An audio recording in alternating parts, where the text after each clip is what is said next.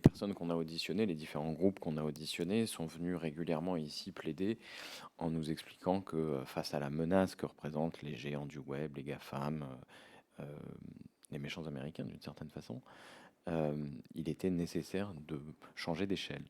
C'est grosso modo ce que vous avez suggéré, enfin vous avez présenté rapidement leur argumentation en parlant de maximalisation. Est-ce que vous pouvez revenir sur les raisons qui vous faisaient plaider contre la fusion de TF1 et M6? En fait, on pensait, et on pense aujourd'hui encore, mais bon, c'est plus d'actualité, que c'était mauvais pour toutes les parties, à part les actionnaires de ces deux groupes. C'était mauvais pour le téléspectateur. C'était mauvais pour le téléspectateur, c'était parce que c'était moins de choix. Moins de compétition, c'est moins de choix. Ça, c'est quelque chose de simple et d'évident. Il suffit de regarder les chaînes de la TNT, c'est souvent la rediffusion de la chaîne principale. Donc pour le téléspectateur, nous pensions que c'était moins de choix. C'était aussi un contrôle ou une puissance éditoriale supérieure, et donc on supprimait sur la partie journalistique, sur la partie information, on supprimait un acteur. On passait de deux acteurs à un acteur. De la même manière, on pensait que c'était mauvais pour le téléspectateur. On pensait que c'était mauvais pour l'économie et pour l'industrie d'une manière générale. Pourquoi? Parce que ces chaînes vivent de la publicité. Aujourd'hui, qu'est-ce que vous faites quand vous achetez de la publicité? Vous mettez les deux grandes chaînes, TF1 et M6, en compétition pour acheter votre publicité. Et demain, cette compétition n'allait plus exister. Conclusion, l'ensemble de l'économie française, moins de compétition, allait payer plus cher ces spots de pub.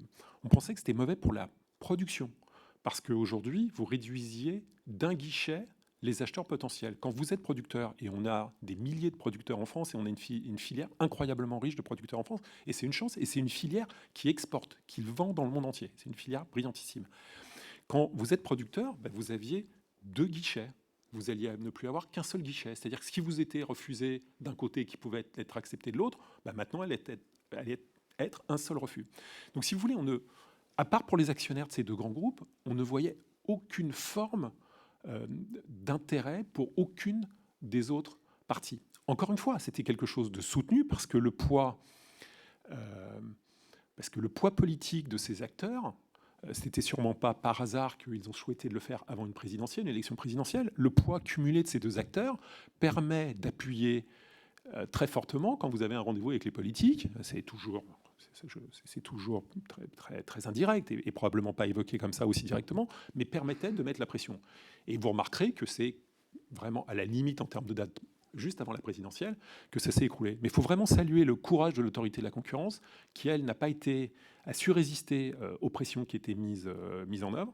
J'ai trouvé que c'était vraiment extrêmement courageux de leur part, en disant simplement le droit, il y a un problème de concurrence. Et en fait, toutes les parties vont être perdantes.